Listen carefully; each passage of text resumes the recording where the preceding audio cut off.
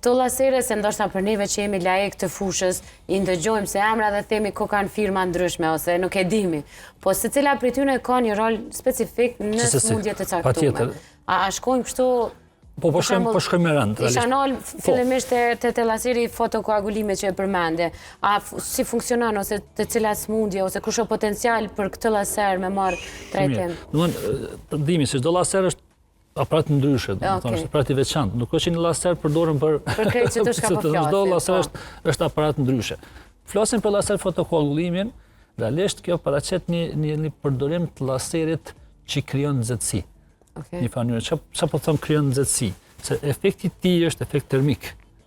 Që ne e përdorim te pacientët që janë më së shumti që ka gjetur përdorimi është te pacientët që kanë retinopati diabetike.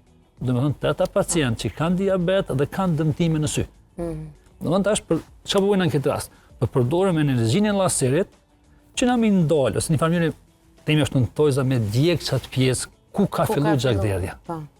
Tash domethënë kështu, te diabeti realisht na shumë kur shpjegojmë edhe pacientëve ose kemi shpjeguar në emisione, kemi treguar që te diabeti preket retina. Ente gjaku të retinës që themi ashtu gjakderdhjen ose pëlcosen dhe krijojnë gjakderdhje në sy. Tash ideja që njerëzit që kanë zhvilluar këtë punë është si të gjejmë diçka pa u fut në sy. Domethënë pa bu operacion. Pa e hap syrin, domethënë që të mund të ndalet, ose të parandalohet çfarë gjendje.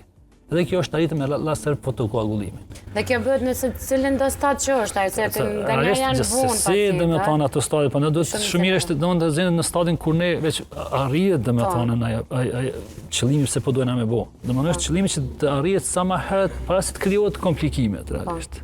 Laseri bëhet në ato raste, se para laserit ne duhet të bëjmë disa ekzaminime shtesë, do të bëhet angiografia me fluorescencë, do të shohim sa ku po rrjedh gjaku. Që ne të kemi sakt të dimë se ku po e bëjmë efektin e laserit. Domethënë çka ndodh këtë rast.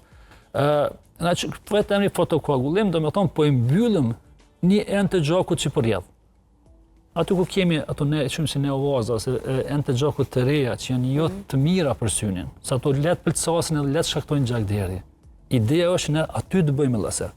Në që ta ndalim çat pjesë që mos të kemi gjakderdhje. Kështu që shumë është laser fotokoagulimi përdoret shumë tek pacientët me diabet.